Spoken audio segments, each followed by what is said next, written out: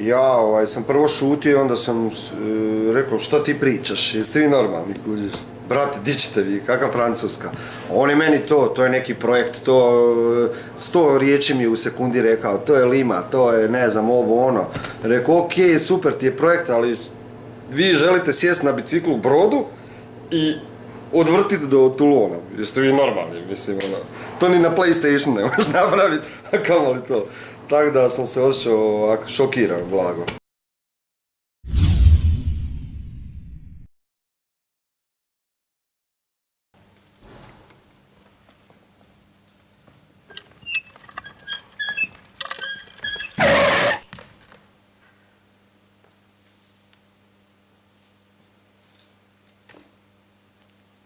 Dobrodošao u bajku, dragi gledatelju.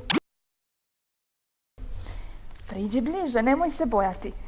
Evo, počinjemo. A kada dođemo do kraja, znat ćemo mnogo više nego što sada znamo. Vijest o njihovom putu s početka me malo zatekla. Puno je to kilometara, dečki da li su spremni, nisu. Međutim, razmišljajući, svaka čast, podržat ćemo ih koliko god možemo. Sportaši su to dečki, tako sam se razmišljao najprije. Dakle, svi znamo tko je bio Hlapić. Šegr Hlapić. Znamo da je bio mali kao lakat. Bio je veseo kao ptica. Bio je hrabar kao... a nije ni važno koliko je bio hrabar, važno da je bio hrabar. Bio je dobar kao sunce i bio je mudar kao knjiga, da.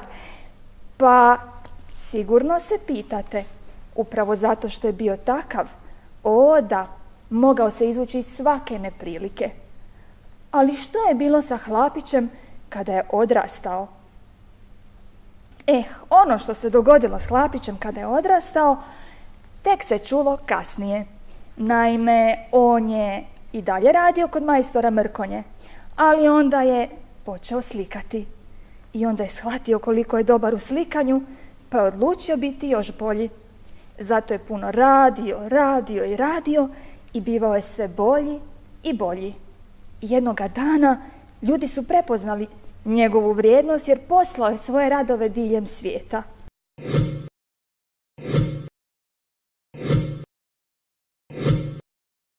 A onda je dobio poziv da sudjeluje na festivalu u Francuskoj, naravno da se htio odazvati.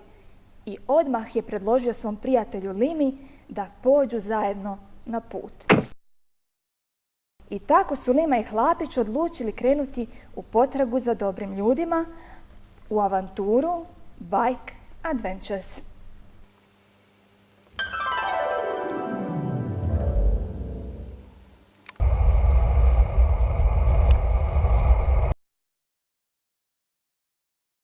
Jedan od najpoznatijih festivala uličnog slikanja se nalazi u sjevernoj Italiji kod Mantove i zove se kao Gracije.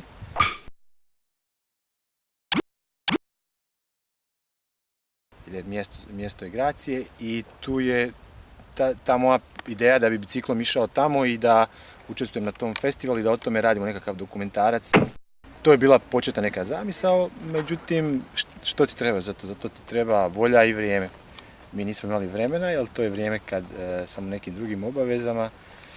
I potrefilo se to da u 5. mjesecu dobijem poziv na jedan internacionalni street festival u Francusku, u Toulon, sa temom fantazije, legende, bajke i tako dalje. Cijela ideja ovog putovanja je stara možda godinu i pol, kako smo Filip i ja počeli zajedno voziti bicikli kroz razne projekte i biciklijadu, Mali Paris Lakar i Bicikademiju. I onda je Filip došao sa jednom idejom, Šokre, zašto ne bi otišli na jedno putovanje van. Budući da radimo stalno na promociji kulture i turizma Slavonskog Broda, županije i ovog kraja, Ivane Brlić-Mažuranić, odlučili smo u biti povezati to sve u jednu priču i promovirati naš kraj isto vani, međutim i prikazati ljudima nekakve druge stvari koje pročitaju u novinama ili po portalima koje jednostavno nisu točne, odnosno da razbijemo te predrasude koje su stvorene u društvu. I tako smo u biti zamislili ovo putovanje da idemo kao Hlapić koji je odrastao i slikar je, i mislim da je to najbolja možda reklama za nekakav izlazak iz Broda, odnosno putujući na biciklima po Europi, u ovom slučaju 2 zemlje, Italiji i Francuskoj. Sljedeća stvar je bila, znam da je Krešina ideja bila to Hlapić Lima, i ja sam rekao, čujte, meni je to fenomenalno, ako se ujutro probudim i da mi je i dalje fenomenalno, to je to, idemo. Kad mi je Fića javio da za tu vašu ideju, za ideju Lime i da se putuje iz Broda do Toulona. Vas dvojica. Biciklima. Prvo sam shvatio to kao još jedna u nizu naših ideja koje se konstantno nam se u glavama stvaraju i nisam baš bio toliko ozbiljno prihvatio, shvatio tu ideju. Pa sam rekao ok, kad mi on javio, aj sretno, kuži živjeli. I kako se približavalo to sve, onda sam vidio da to zapravi, da to ozbiljno, jel da? I da oni stvarno namjeravaju sjest na 2 bicikla iz Broda otići do Toulona. Oko svega toga se od početka stvarala nekakva pozitivna atmosfera i dobra vibra. Bilo je ljudi koji nisu vjerovali u taj podvig, puno je to kilometara. I onda taj dan kad sam došao ih otpratit, mislim si, Bože dragi, gdje će ova dvojica, ja ne mogu vjerovati. Ja toliko vjerujem u te dečke da sam im kupio najskuplju kremu za hemoroide koja postoji na tržištu. Ako njih dvojica odvezu do Francuske, ja ću pojesti ovu kremu za hemoroide što sam im kupio. I dogovorili smo sa firmom Giant, sponzorstvo u smislu bicikala, jer na ovaj put smo od početka bili svjesni da je nemoguće ga izvesti bez kvalitetne opreme. I pojavio se jedan natječaj turističke zajednice grada Slavonskog Broda i na taj način smo isfinancirali dio puta. I ovim putem im zahvaljujem na tome. Pripreme nisu tekle glatko. Fića se to meni javio iz Njemačke kad je slikao, gdje njegova aktivnost je bila na razini šetača običnog. I kad sam mu rekao, čekaj, ti nisi 6 mjeseci vozio bicikl, ti će sad voziti do Toulona, ali da se pripremiš. I on kad je došao u Brod bio je spreman, dakle bio je deblji, jedno 7 kila i kad je sjeo i na biciklu je imao, 20 kila bisaga i težine i svega, tako da najnespremniji biciklista na svijetu koji je skrenuo na taj put, to je bio Filip. Jednostavno smo dogovorili da taj prvi dio putovanja bude stvarno točan. Znači prva 4 dana ili 5 dana, čini mi se, smo točno znali na kojim pozicijama trebamo biti i u kojim gradovima. Tako da smo mi 19. ujutro uz veliko okupljanje ljudi kod majstora Lazanje u Mojsteru. Kod majstora Lazanje se skupljaju najčudnovatiji likovi iz bajki Slavonskog Broda. To je jedna grupa ljudi koja se drži onako poprilično povezano i svi su povezani. I tu onda padaju najrazličitije ideje, kao na primjer otići biciklom do Francuske, a nikad nisi vozio bicikl.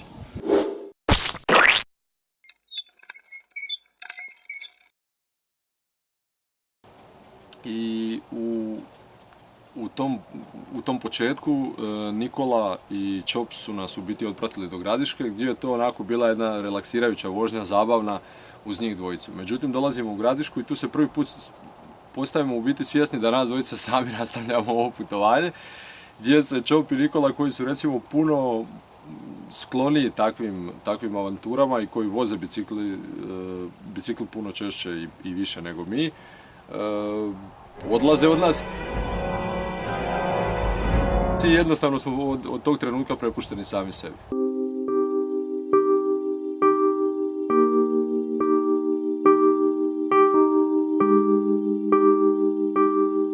Moj najveći strah, imam strah od biciklizma.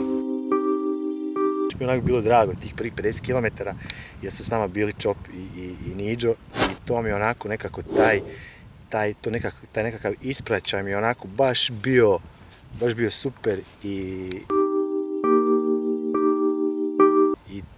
znam da sam cijelo vrijeme govorio kako mi je to fenomenalno što su oni s nama. Došli smo u Gradišku, oproštaj je bio onako muški kroz smijeh. Ali krivo nam je bilo u stvari njih dvojica da idu sami na takav zahtjevnu jednu ekspediciju. U principu Nikola i ja smo se vraćali vrlo žalosni nazad u Brod i falili ste nam. Da, rastanak u Gradišci, pa kao došli smo u Gradišku i tamo znamo i jednu, Fiće i ja smo bili na jednoj vožnji do Stare Gradiške, pa smo stali jesti hamburgere i onda smo odlučili da ćemo u toj hamburgerđinici, tu ćemo napraviti rastanak, jer kao moramo pojesti nešto i da možemo dalje voziti mi nazad, a vi naprijed. I tu smo odradili taj rastanak, je bio super, ja uopće nisam bio tužan. Meni to baš bilo fora i sad mi je malo žao. I taj prvi dan je išlo sve ok. Osjetiš ti umora, ali onako taj nekakav, prvi dan, pun si adrenalina, energije, nisi spao, prije toga super. I tako da smo ga odvezli bez problema i dolazimo u Kostanicu, tamo je snimanje, došli smo u Kostanicu, nakon 170 km imaš osjećaj da sam došao iz Podvinja. Znači, uopće nisam imao nikakvih problema sa umorom, sa nogama, sa sjednim kostima. I ne znam, odlazimo spavati u 12 i tad prvi put susrećem se sa raspakirivanjem bicikla. Znači, raspakiravanjem, zahvaljujem se. Raspakiravanjem bicikla, jer, niti to auto, uzmeš torbu, odneseš u hotelsku sobu. I tad shvaćaš, dobro je bilo da sam to složio prije, međutim nisam. Put je odličan, mislim da ljudi u Brodu i u Slavoniji nisu svjesni što sve imaju u Slavoniji. Te ceste su slabo prometne, nema dodatne infrastrukture za bicikliste, međutim njima se može bez problema voziti ne jedan čovjek nego cijela obitelj. Priroda je prekrasna, ljudi su odlični, tako da je to putovanje prema Hrvatskoj Kostajnici bilo relativno lagano jer nije bilo uspona nikakvih, a bilo je stvarno ugodno za voziti. I taj cijeli boravak u Kostajnici od nekakvog gostoprimstva do onoga što vizualno čovjek može doživjeti je čista petica. I onda shvatiš da je Hrvatska tako lijepa zemlja i pitam se i sam koliko ljudi uopće posjetilo Kostajnicu. Nekako mi ta Hrvatska, taj dio Hrvatske koji nisam nikad vidio, nekako mi je ostao u najvećem sjećanju. Da mi je netko rekao da je moguće putovati kroz vrijeme, ja mu ne bih vjerovao. Međutim, evo, tu smo u jednom mjestu tražeći dobre ljude i evo, vratili smo se onako nekakvih 100-150 godina u prošlost. Reci mi, molim te, tko si ti? Ja sam Antonija Jozičić. Da, i? Jedna književnica i bavim se Esperanto. Super, odlično. I prevela sam jednu knjigu koja je bila jedina prevedena s hrvatskog jezika na Esperanto, a kasnije s Esperanto na kineski jezik. Odlično. A gdje smo mi sad ovdje? Kad smo dolazili s biciklama izgleda onako super, kao nekakva utvrda, kao nekakva vojna, ili je to grad, ili je to, ne znam, vojna utvrda, šta je to služi? Što je ovo? Stari grad koji je prije služio kao vojno i obrambena utvrda iz doba Zrinskih. I čuvala Kostajnicu i čak Europu od Turaka. Odlično. Je li služila za kupanje? Vidim da je super visina za skakanje. Ovdje samo može jednom skočiti. Samo jednom skočiti? Samo jednom.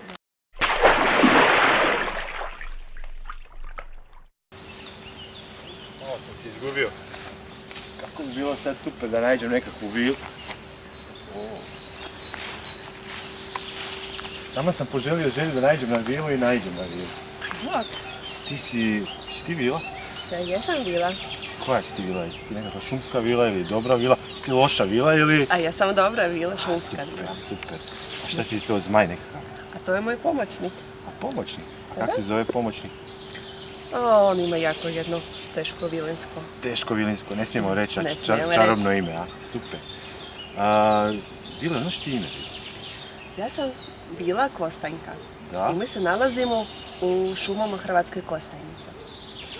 Znaš zašto Kostajnica se zove kao Kostajnica? Pa, ne znam. Otkad dobila naziv? Nemam pojma. Kostajnica ili davno se zvala Kastanovic. I dobila ime od kestena.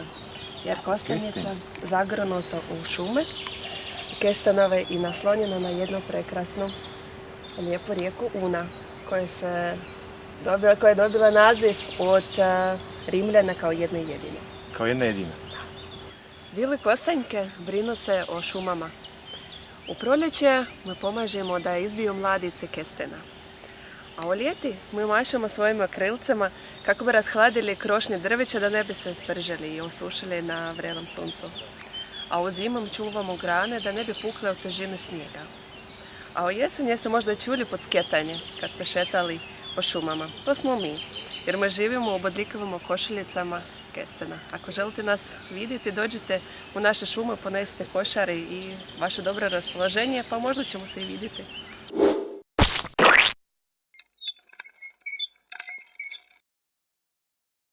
Nakon Kostajnice, nakon pozdrava sa našim domaćinima, krećemo u put Ogulina i već prvi put mijenjamo rutu jer su nas oni uputili kao lokalno stanovništvo na jedan bolji put. I stvarno taj prvi dio uz Unu je bio preljep. To je jednostavno bajkovito mjesto i bajkoviti put do samog dvora na Uni i penjemo se na Zrinsku goru. Na Zrinskoj gori, znači drugi dan počinju problemi. Jedan uobičajen problem za svakog tko vozi bicikl. I nastavljamo dalje. Prelazimo Zrinsku goru koja je onako poprilično zahtjevna za voziti. I pri spuštanju nazad imamo jednu neugodnu situaciju gdje u kojoj nas napada jedan veliki pas.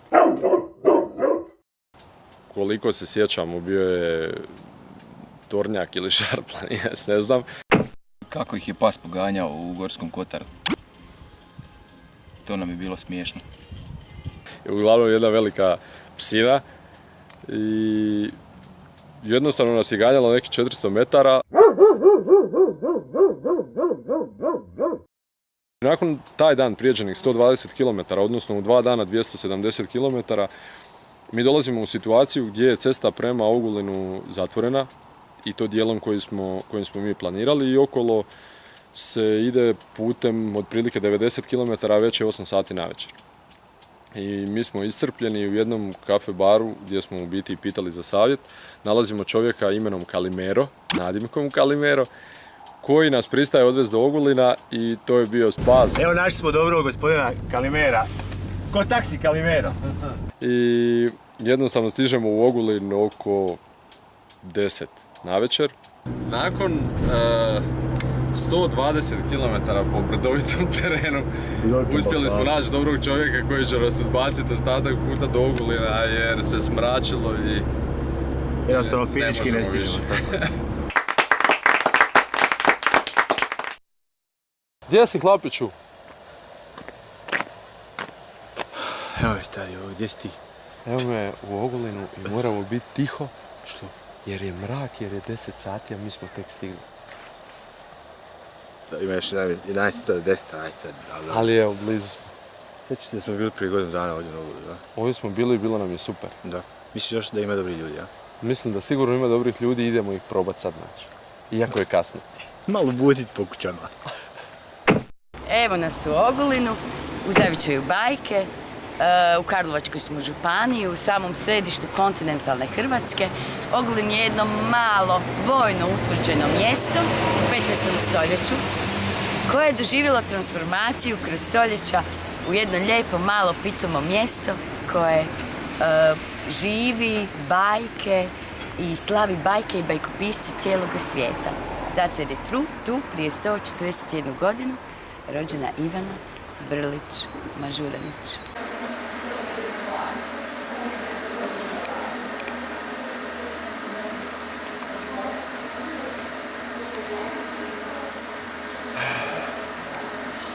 Kaj li ima? Ne znam gdje idemo. Nalazimo se u nekoj kući. Jel tebi nije sad strah, idemo u mrak? Malo je strah, ali ovo je bajkoviti mrak.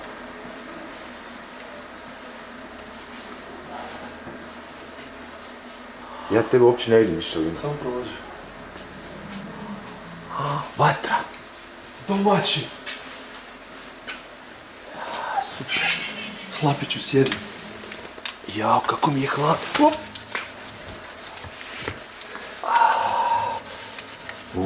Ovo je baš super. Lima, ovdje je nekakva svjetlost. Šuma se izgleda očarao. Neko sunce je izašlo. Možda je netko došao u šumu. Idemo potražiti. Hajdemo. Idemo, Hlapiću. Lima. Ali samo polako, tko zna tko je. Možda se pretvorila neka zla vila. Dobar dan. Op. Hlapiću, našli smo nekoga. Došli.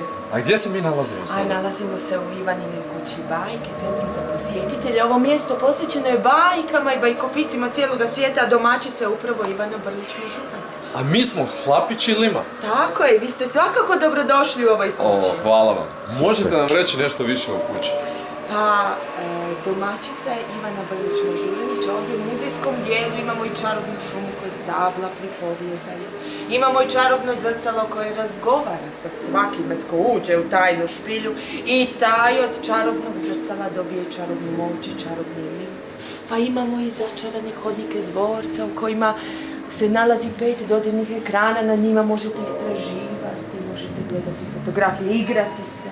Pa imamo i 2 špijunke kroz koje probirujete nešto novo, naučite. A imamo i mjesto gdje možete slušati bajke. A naravno tu je i tajanstvena odaja u kojoj možete pogledati animirani film. Hlapiću, gdje ćemo sad od svega toga?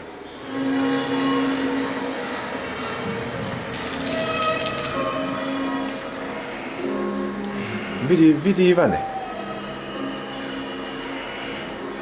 Ima ova kuća fantazija. Knjiga.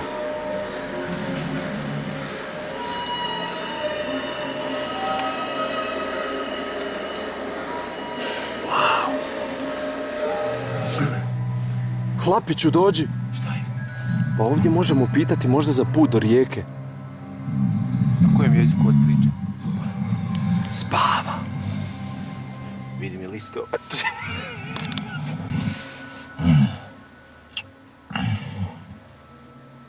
Tko to tamo ide? Hlapić i Lima.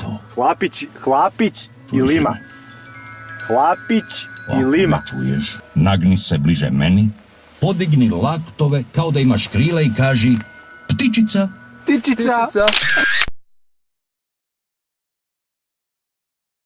Super projekt, super pozitivna priča, super prijatelji, super atmosfera i mi pošto smo, sljedeća nam veza nam je bila do rijeke vlak, uz nekako pogoršanje vremena, uz nekakvu kišu, ujutro rano 3. dan krećemo iz Ogulina za rijeku.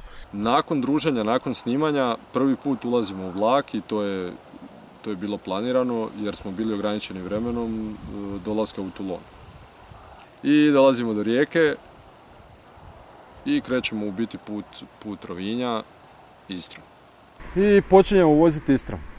I to je fantazija.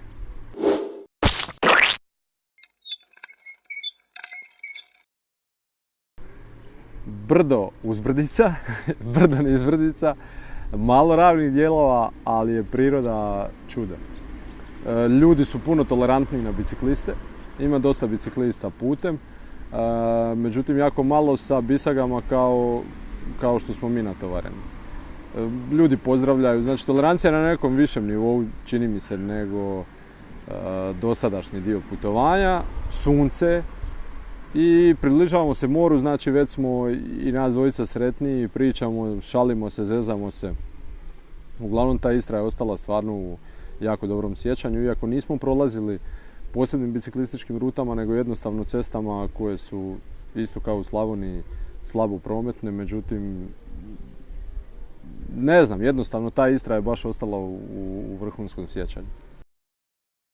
Dolazimo u Pazin i sad hajde Rovinj, to je tu, šta sad? Vozimo se do Rovinja, međutim taj Pazin, ja ipak imam, osjećam umor.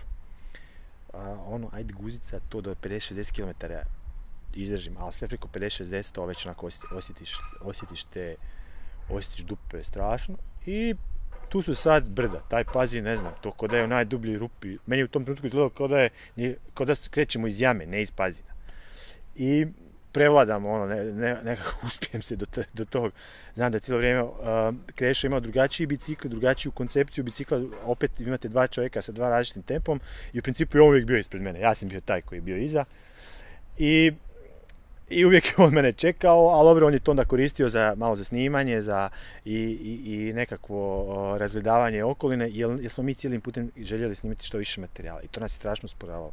I tako da je super što je on mogao voziti bolje od mene, tako da je on uspjevao to snimiti. Međutim, spuštanje prema Rovinju, kad imate 50 kila bicikl, to onda ide kao metak. Dolazimo u Rovinj i Hrvatsko more. To je onaj osjećaj da smo, ne znam, nakon par dana si u Rovinju, prošao si te nekakve, onako sve više se približavamo tom nekakvom laganijem tempu i onako super je osjećaj. Došli smo u nekakvo normalnije vrijeme, oko 7 sati, zalazak sunca, fotografiramo se.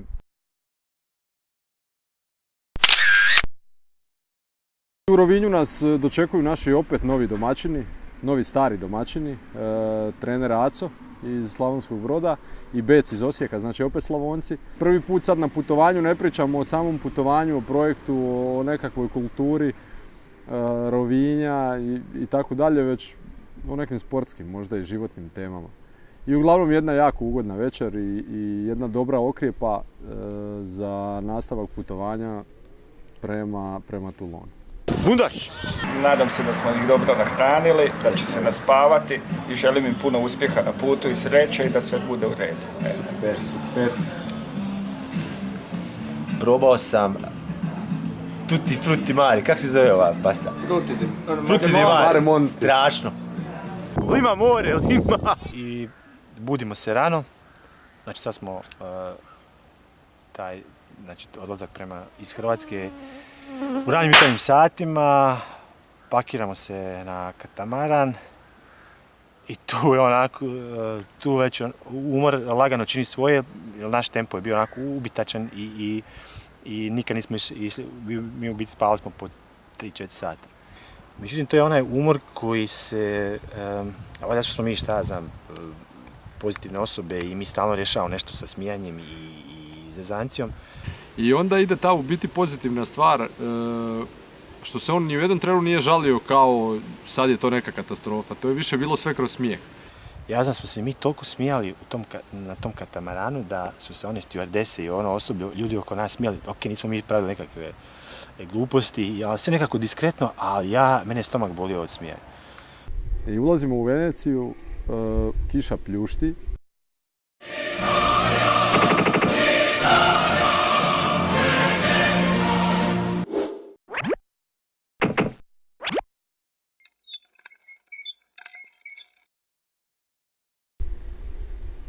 Nazad vraćamo bisage na bicikl. Ljudi nas čudno gledaju jer u Veneciji pješak ne može doći na sve lokacije, a kamoli biciklist. Jer jednostavno znamo svi što je Venecija i kako je građena. I s te stare luke krećemo u put Soviza, odnosno u Vicenci. I tu je bila neka greška u planiranju, mislim, moja prvenstveno, jer nismo uopće znali da je ta cesta autoput, izlaze iz Venecije, koja je duga 10 km i u desnoj traci imate jednotračni tramvaj, kojeg na svu sreću nije bilo. I ako naiđe taj tramvaj, mi se moramo pomaknuti u središnju traku gdje auti jure 130 km/h. I sad kiša pljušti, ja vadim kabanicu koju sam kupio za 5 kuna i dajem Filipu koji nije imao kabanicu. I sad ja prvi put kažem, Krešo, vadi te kabanice što je morao kupiti. Mislim, mi vadi nekakve kao jednokratne. Mislim, to super na fotkama izgleda kad gledate to preko Skype-a, ali sad prvi put ih ja oblačim. Katastrofa. Međutim, ok, kabanice, poslije sam ja svoju kabanicu nosio na koncert od AC/DC, tako da je dobro je ona odradila svoju priču. Jednostavno smo se opet smijali i toj njegovoj kabanici od 5 kuna i o njegovoj neopremi.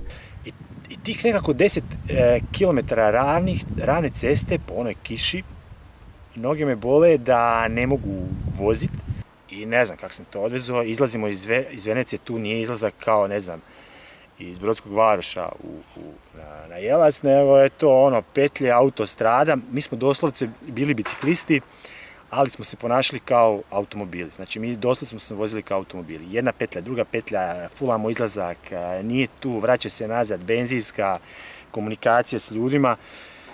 I nekako se mi izvučemo iz te Venecije. Juve!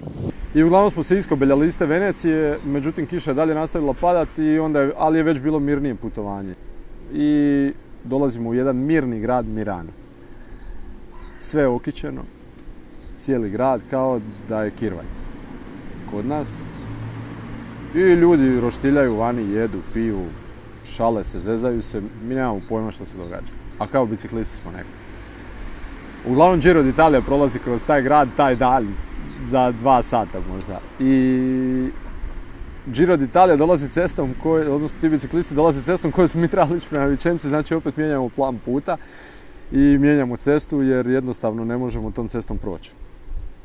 Tu Filip kupuje novu kabanicu na koju se nije žalio ostatak putovanja i ljudi nas primaju u jedan biciklistički shop gdje smo došli kupiti kabanicu i ugostili su nas i za ručak i jednostavno jeli smo, družili smo se s njima, baš smo se okrijepili i odmorili i dobro se zabavili s tom ekipom.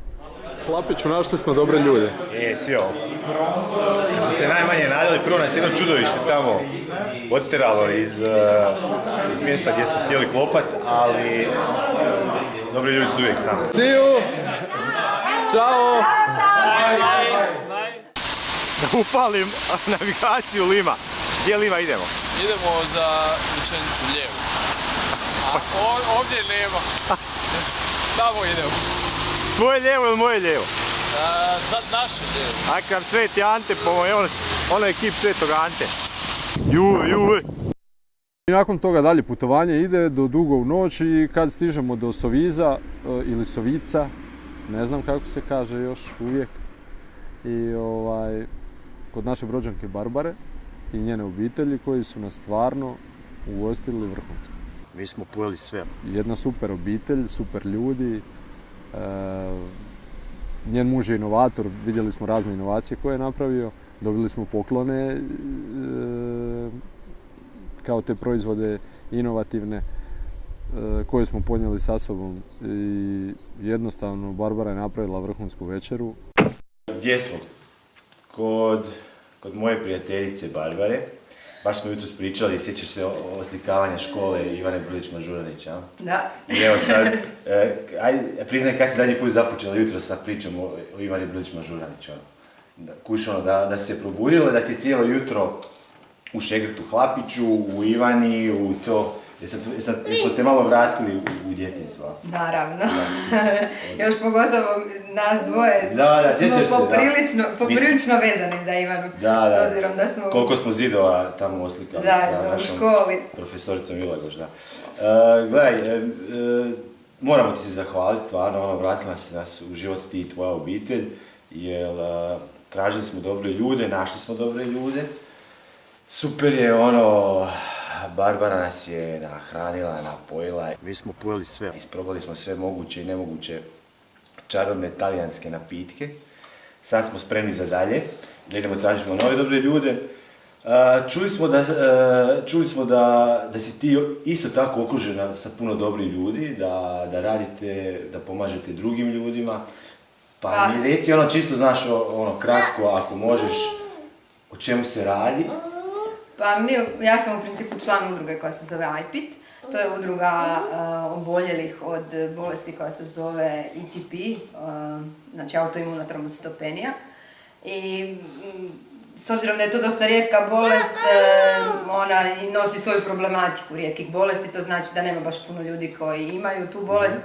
Pa je onda jako važno da, pogotovo kad se javi nova dijagnoza, da se ljudima da podrška i mi to na volonterskoj bazi radimo preko maila ili preko telefona, razgovaramo s ljudima, da čisto da im pomognemo i da im objasnimo da je u principu život s tom bolešću moguć. I tako, trudimo se pomoć malo i nekakve birokratske zavrzlame olakšati koliko se to može. Još jednom hvala ti puno. Stvarno nam je bilo lijepo i pogotovo što nismo se dugo vidjeli, pa evo da i nekako su nas i ta Ivana nas je opet nekako onako povezala. Da. Što je onako super priča. Mi sad moramo ići dalje. Sutradan ujutro opet Barbara kao dobri čovjek se pojavljuje, koja praktički u zadnji tren odlučuje nas odvesti do željezničkog kolodvora jer nema šanse da bi stigli na taj vlak. I dolazimo do Piačence, odakle kreće u biti cijelo putovanje dalje biciklom.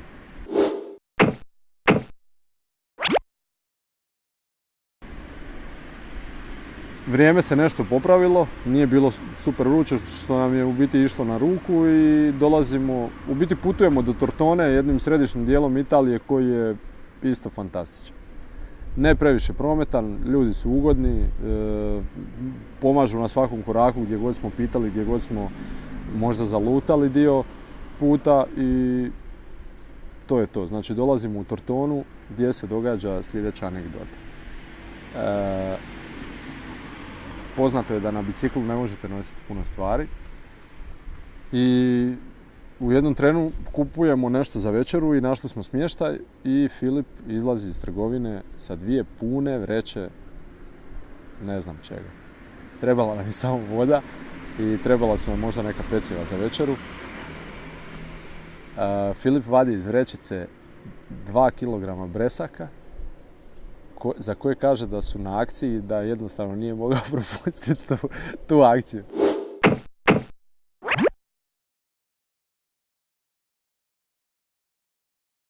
Po svim našim nekakvim istraživanjima mi očekuje nas brdo ono koje nećemo preživjeti. Znači tu smo bili oproštana pisma napisali, puna vrećica gelova, idemo se ranije odmoriti, naspavati. Međutim, birajući te nekakve rute, mi smo izabrali rutu koja je bila naporna, ali u principu savladali smo taj put do Genove ne onako kako smo mi to zamišljali. Hlapiću, evo nas pred Apeninskim dragonom ili ti zmajem. A ovaj Klaudus nam šalje cijelo vrijeme oblake i kišu. On je izgleda čuo da mi dolazimo. Mislim da da. Sigurno smo one sinoć pili iz tamo gdje se ono vilenjansko vino pravi, javili da dolazi. Ništa, moramo se pakirati i požuriti. Mogu ti reći, kad popiješ puno pričaš.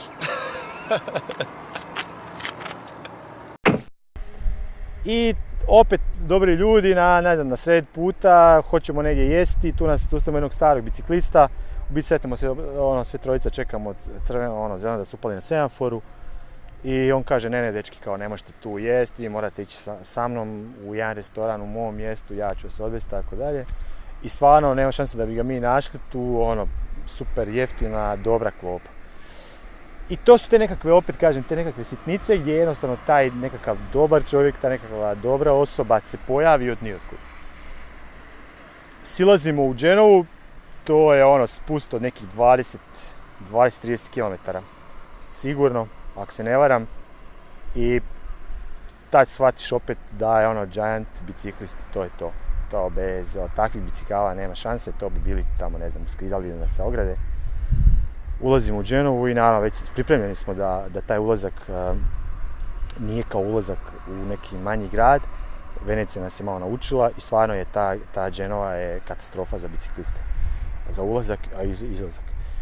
I nekako se, naravno, fulamo sve živo, tražimo, navozamo se po toj Genovi sigurno na 30 km, ali međutim ubodemo jedan onako super neočekivani smješten u hostelu, mladi bračni par, otvorio je nedavno hostel koji je onako izgleda kao jedan starinski stan, što i je, ali super onako uređen.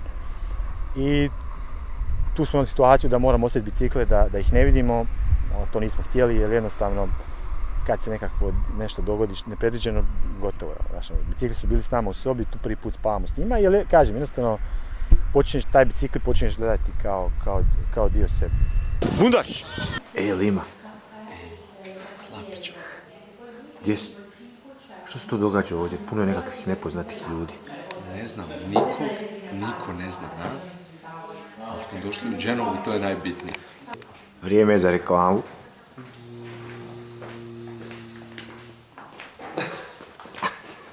We are here in Genoa at one great place, one castle that we entered, and we have security here, so we can have a sleep here on secure and warm place. When we came in Genoa, we find after searching good people, and we are here with them. This is Wizard. Would you like? Oh, thank you. Oh, and this is our favorite. The special Wizard food. Wizard food. It's tasteful. Do you feel Yeah. more energy now? Yeah. Okay. Lima, you are not Hulk, you are Lima. So, can you tell us, please, what is this place? What is this castle? It's a castle for guests and for guests, Semix. It's like an hostel in Genoa, and the name is Ostellin. All the furnitures are handmade. You can see it. It's completely handmade, all the furniture.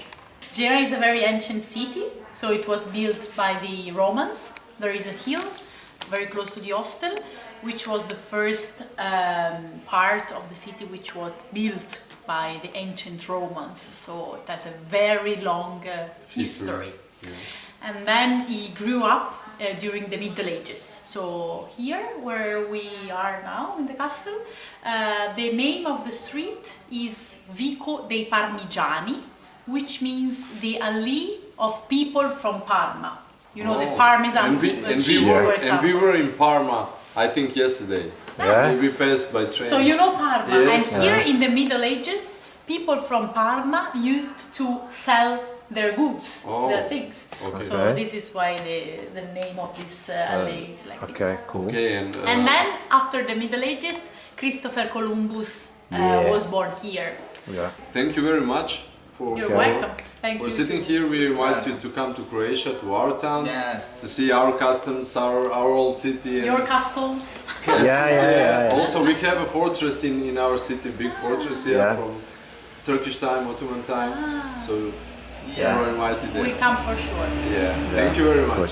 Thank you. Izlazimo iz Genove, teško je. Puno ljudi, puno auta, auti se kvrcaju. Nije vam baš ugodno s tim teretom voziti ulicama Genove. I nakon nekih 10 kilometara se događa nešto što smo očekivali tek možda još nakon 100 kilometara, a to je da se dijeli cesta za bicikliste i pješake od motoriziranih vozila. Znači ta Ligurija je, znamo da sad počinje biciklistički raj. Znači to je sad za nas, više ništa nismo isplanirali, nemamo više nikakve sastanke, nemamo više nikakve obaveze, znači jednostavno sad smo prepušteni putu i put jednostavno planira sam sebe. Vrijeme nas je poslužilo fenomenalno, to je bilo ljetno vrijeme, biciklističke staze su izmišljene za bicikliste, to su vam tuneli od nekoliko kilometara gdje je samo isključivo za bicikliste.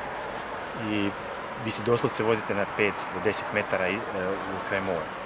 Tako da je ne znam koliko da si umoran i ne znam koliko da nemaš volje, a ako ovdje ne dobiješ volju, onda stvarno stari pakuj se i okreći se za dom. I taj dio pokrajine Ligurija je fantastičan za vožnju. Svi koji misle voziti obiteljski, relaksirajući, jednostavno mogu otići tamo jer je to fantastičan kraj za vožnju bicikla. Uživamo u tim ljepotama, sunce nas i dalje prati, odlično vrijeme i dolazimo do jednog grada finale Ligure koji nas je zapanjio.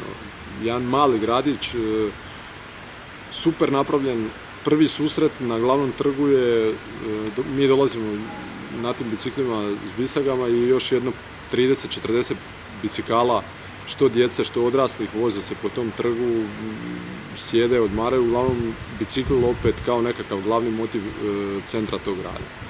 U tom gradu se zadržavamo taj dan i sutradan ujutro i jednostavno vidimo gdje nam se ljudi javljaju, ekipa, odakle ste vi, vidimo se sutra.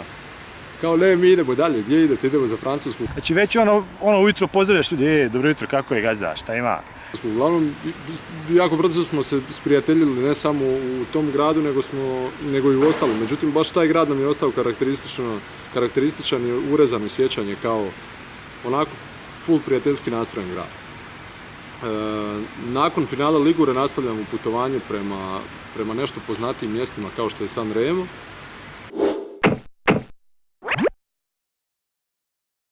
Nakon izlaska iz preljepog grada finale Ligure nastavljamo putovanje prema nešto poznatijim gradovima. Put se malo komplicira zbog većih uspona i brda kroz koja prolazimo, tako da San Remo, jedan od poznatijih gradova koji smo baš željeli vidjeti, nismo uspjeli uopće obići, ali za San Remo nas veže jedna fantastična stvar za bicikliranje, tunel koji su ljudi napravili na mjestu gdje je prije bila željeznička pruga. To je nešto fantastično. nakon obilaska Sanrema odluka pada da noćimo u jednom malom mjestu Bordighera na samoj obali. I tu smo prvi put okusili more, ako tako možemo reći, jer smo šetali obalom navečer tražeći nekakav relaks i za noge i za glavu našu, jer smo stvarno bili umorni već od putovanja. Jednostavno smo išli plažom večer, ali bilo je stvarno onako jedan gradić koji je čisto turistički gradić, ali opet nam je ostao u sjećanju kao neka dobra stvar koja nam se dogodila na putu. I sutradan krećemo dalje i ulazimo u Francusku.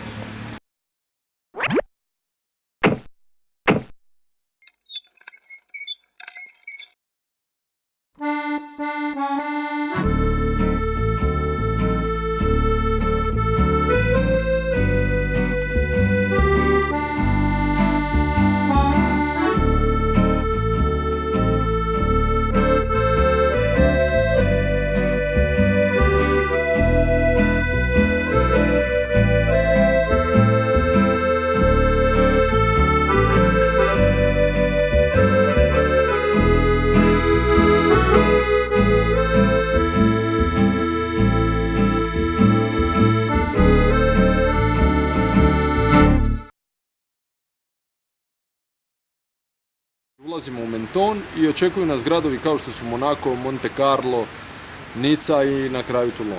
U Fići je taj grad bio ludnica zbog Formule 1 koju on prati i on je jedva čekao da se mi spustimo dolje do staze Formule 1. Događaji koji su bili od festivala i u Sanremu i u Cannesu i Formule 1 u Monte Carlo, jednostavno se poklopilo da su oni bili samo nekoliko dana prije našeg dolaska. I ima jedna situacija u kojoj mi silazimo na tu glavni dio te staze gdje su tribine koje još nisu razmontirane i Fića uživa u svakom trenutku. Znači, mi jurimo da stignemo do sljedeće naše destinacije, međutim, na svakom koraku nekoga nešto zanima. I ovdje je Filip bio oduševljen i mi smo jednostavno tu potrošili nekih sat i po vremena u Monte Carlo, snimajući se, fotografirajući se i tako dalje, uglavnom Fića, ali jednostavno je bio presretan što je bio na stazi i vozio bicikl, istina, ali vozio je tamo gdje je vozio Sena kojeg je spominjao cijelim putem. I prvi veći grad koji je na tom potezu do Toulona, to je Nica. To je perverzija. Ja ne znam, da mi netko pričao, ne bi vjerovao. Znači, pogotovo za mene slikara koji kad dođem sjedim nekakvu staru jezgu grada koja je ajmo reći kao naše Slavonsko-Brodsko korzo, gdje su sve fasade i oslikane. Znači, doslovce prozori, postoje samo prozori, otvori, svi nekakvi ornamenti, kompletna priča je oslikana. Ne znam, vozimo se malo dalje, to su trgovi sa modernim skulpturama, kompletan dio, neki 500, 600, 700 metara i podređen ljudima, igrališta za djecu, to su veliki, ne znam, veliki kit kao ljuštura od kita od drveta. To su ogromne igračke, a koje akumuliraju toliko puno posjetitelja i toliko puno je tu zelenila u takvom jednom gradu gdje je sve, ne znam, super uređeno, gdje je taj trg, ne znam, vi imate na trgu, pored tih svjetiljki, fontana i tako dalje, meni je super bilo onako što imate jedan dio iz kojih izlazi vodena para, gdje se vi rashlađujete, prođete tu, to vas rashladi, ne znam, to je onako, oba dvojica smo rekli da tu mogu živjeti, to je fenomenalno. I ne znam, iz Nice, ta rivijera, to je najgore što mi moramo ići. Znači, mi nemamo vremena sad tu sjesti i ući u more i okupati se. Znači, mi jednostavno, jer to na biciklu zahtjeva, gdje ćete s biciklom, gdje ćete sa, ne znam, sa novčanikom, razumijete, nekim stvarima koje ne razmišljaš kad si možda u autu i dok to sve jednostavno moraš ići dalje, uživaš u tome, voziš se, snimaš, gledaš, upijaš, ali ne možeš se zadržavati. Znači, tu je bila ta katarza nekakvog naših puta koji je bio onak skupljen u tih 10 dana i jednostavno to nam je bio onako, nije to bio naš problem, ali to nam je bilo onako, zašto nemamo sad vremena, jer tu bi baš bio onako. I onda smo rekli, nema više kočnica, to je to, jednostavno uživamo. I onda kad se prepustite, to je onda ludnica. Tako da ta azurna obala, to crveno kamenje, te stijene, sunčano nebo, plavo more, to je kao na slikama, to je nešto fenomenalno. Arhitektura, kuće, ne znam, čiste razrednice. Bienvenue à Cannes, en France. Poznat po festivalu, turistički grad. Došli smo kasno navečer i nismo ga navečer toliko vidjeli, jedino što nas je zapanjila količina znači velik broj ljudi na ulicama u restoranima. To je bilo nešto prelijepo, radni je dan, a grad je krcat doslovno. Jedva smo našli nekakav smještaj i tek smo ujutro malo istražili taj grad. Nastavljamo putovanje i zbog tih brda u biti smo smanjili, manje smo kilometara napravili nego što smo razmišljali u početku, odnosno što smo planirali. I noćimo u jednom malom gradu i tu pada odluka u biti da u Toulon nećemo ući sa morske strane, nego kroz brda, to je u biti nekakav početak Provence. I sutradan ujutro znači krećemo put brda i ne znamo točno što nas očekuje jer uopće nismo planirali taj put od početka. Nakon nekih 15 km, možda i manje, shvaćamo da smo isto u fantastičnom dijelu Francuske, prolazimo kroz vinograde, prolazimo kroz kraj nekakvih rančeva, mislim fantastičan nekakav doživljaj.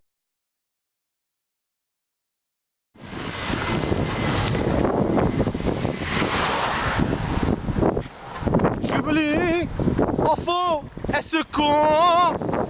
J'assais la tesson, je suis un feu d'oin. Autobus, Kešimir, autobus! U principu cijelo vrijeme tražimo najbolju soluciju za putovanje, znači od mogućih pravaca do kako se zove, nekakvih prečica i tako dalje. Međutim, dolazimo pred Toulon i sad ako idemo okolo, hoćemo, nećemo, jedno vrijeme smo cijelo vrijeme pratili obalu, čisto radi užitka i odlučimo se kroz nekakvom biciklističkom stazom prema centru. I tad skužite što su ljudi napravili. To je znači jedna biciklistička staza koja koja presjeka jedan veliki park, u biti to su parcele kuće, koja ide kroz, jednostavno prilazi gradu i ispred sebe razmiče sve. Znači vi imate takav jedan ulazak u grad biciklistički da je to nešto fenomenalno. I za nas koji dolazimo, znači nakon tih 11 dana, nakon tih 1000 km, na takav jedan način to nam je bilo nekakva onako poruka, pobjeda, ne znam ni ja, emocije, mi ulazimo u taj Toulon kao da Rimljani marširaju, to je fenomenalno. Dolazimo, nađemo mjesto gdje smo bili smješteni, zovemo organizatore festivala i kao dečki, da super, došli ste odlično, blao, ajde, kao party počinje za sat vremena. Znači, to je nekakav dobrodošlica za sve umjetnike i tako dalje, učesnike festivala. Mi sad dolazimo tamo s 2 bicikla. Prvi put sjedamo na bicikle bez opreme. Znači ja prvi put vozim svoj bicikli bez da ima na njemu pola kilograma nekakve težine. I odlučimo da u tom trenutku da bicikli idu svugdje s nama. Znači i na slikanje, znači ne odvajamo se od njih. I dolazimo sad pred taj jedan veliki kafić, to je ljetna terasa, i sad upoznavanje, razgovori, ja tam vidim puno svojih prijatelja koje sam viđao po drugim nekakvim festivalima i sad pitanje, predstavljanje, došli ste, došli smo, da, pa kad, pa šta, pa kako, pa iz Hrvatske, pa kako biciklom, pa biciklu, pa kad, pa evo prije pola sata, ma daj, nema šanse. I na kraju, mi smo izgleda tako svježe, tako odmorni, da stvarno kad nas pogledaš, valjda ljudi zamišljaju kad voziš 11 dana biciklom i tako jedan veliki put da dolaziš kao sa bocom infuzije zakačenom na onaj stalak, ne znam. Tako da, kome god smo rekli, ma da, nema šanse i naravno oduševljenje iz Hrvatske, ajme, nevjerovatno. Welcome to Clapiche and Lima and we welcome you and have a good time in our town. Autobus, Kešimir, autobus! Welcome to Toulon. We are in south of France, along the sea. We have got a beautiful town with a beautiful bay. We are the first military port. We've got the aircraft carrier Charles de Gaulle, and we've got a beautiful cable car, the only one in south of France, where you can go on top and got a beautiful panoramic view over the bay. It's a very nice town to visit with the old downtown. We've got a very well-known market with fruit, vegetables and flowers. And I welcome you in our town and come and visit us. Ja nisam bio na puno festivala, tako da ne mogu davati ocjenu objektivnu, ali mogu dati svoj subjektivni stav da je bilo odlično. Ekipa je bila super, umjetnici su bili super, organizatori su bili super, vrhunska zabava. Mislim, ljudi mislim da nisu svjesni koliko u biti to iziskuje i napora, jer pazite, ne znam, evo Filip recimo uz ostale umjetnike, oni su 2 dana bili na jedno 35 stupnjeva od jutra do mraka, radili svoje radove. Posjećenost je bila velika, interakcija ljudi, bilo je čak Hrvata koji su došli i igrom slučaja vidjeli zastavu na kraj Filipovog djela. Znači, za mene osobno odlično iskustvo. Tu je Filip pokazao zavidno znanje svih svjetskih jezika. Znači, jedna interesantna situacija za sve koji ne znaju, Filip priča francuski, Filip priča japanski, čak zna razliku između japanskog i kineskog. Expertisons, Pepe Casseux, la arte, je sens la hlapić, lima, je sens la bicyclette, la fleur géante. Je que quand je suis toi, c'est je sais le flanc et je sais que point que tout ce je sens et la Nice, la Estonia et qui sont la place toujours.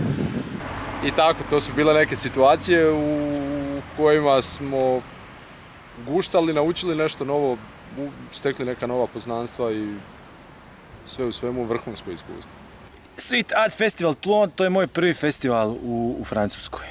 Općenito i ovaj put me prvi put doveo u Francusku. Sama organizacija, moram priznati da nisam očekivao da je festival tako velik. To je internacionalni festival koji je povezan sa nekoliko festivala u svijetu, od Amerike do Njemačke. Očekivao sam da je festival puno manjeg nekakvog obujma u smislu prostora za slikanje, u smislu broja učesnika i tako dalje. Iako je već prije sam bio u kontaktu sa organizatorima, nije bilo prilike da dođem. Ovaj put, kako se to ostvarilo, stvarno je bilo iznad mojih očekivanja. Toulon kao Toulon, prelijep grad, definitivno grad koji vam može probuditi maštu i dati nekakvu inspiraciju za slikanje. No kako smo mi došli sa jednim određenim ciljem i cijelom tom pričom promocije Ivane i ovog našeg puta i te avanture, sliku koju sam ja naslikala, koja je faktički nastala tamo u tih prvih 2 dana nekakvom razgovoru i upijajući sve to što smo onako nakon završetka puta. Znam da je Krešimir rekao, stari, kao ajde svi vade te skice i pokazuju, ajde kao šta ćeš ti slikat? Ja sam rekao, pa kao nemam pojma, još ne znam ništa. Danas smo se zezali oko toga, on nije vjerovao kad sam objasnio kako ja radim i kako te slike nastaju u određenim prigodama, onda se oni onako, ajde, ok, kao vjerujem ti, daj, kreni, tra-la-la. I u principu smo mi zajednički naslikali tu sliku. Sam festival traje 2 dana i cijelo vrijeme smo razgovarali o našem putu, o našim domovima u Toulonu, u razgovoru sa drugim umjetnicima, obilazeći okolo, pričajući. Nas dvojica smo u principu zajednički izgradili tu sliku na način da slika predstavlja Hrvatsku i Francusku kao nekakav 3D model država koje su povezane sa 2 cipele. Te 2 cipele predstavljaju nas dvojicu, predstavljaju nekakav simbol puta, predstavljaju nekakvu avanturu i pertle koje idu iz tih cipelica su mi poslužile kao nekakva poveznica cijele te nekakve priče gdje one završavaju, odnosno počinju iz Slavonskog Broda i Toulona. Ovaj projekt se zove Bike Adventures zbog najprevođenije knjige Ivane Brlić-Mažuranić, Brave Adventures of Hlapić, The Apprentice, i nadamo se da smo svakim dijelom puta kojim smo prošli promovirali Ivanu Brlić-Mažuranić i njena djela. To je djelo također koje šalje poruku, jednu jaku poruku o dobroti ljudi, i s ovim karakterističnim kapama smo izazivali sami ljude da nam prilaze i pitaju što mi radimo, što mi predstavljamo, zašto, kad su saznali da putujemo biciklom, zašto putujemo biciklom, i naučili su o Hrvatskoj nešto, o Slavonskom Brodu nešto, o Ivani Brlić-Mažuranić nešto. Mislim da je to isto jedna važna stvar ovog projekta. Nadam se da ćemo ovim filmom pokazati da u svijetu koji nije tako bajan i u kojem se prezentira puno loših stvari i događaju se puno loših stvari, da smo pokazali u biti da čovjek postoji u cijelom svijetu, da je čovjek i da ima puno dobrih ljudi. nama se tijekom putovanja poklopilo baš da smo našli puno dobrih ljudi. Od Hrvatske, od Italije, od Francuske. Mislim da je to jedna fantastična stvar i prava poruka ovog filma da dobri ljudi postoje.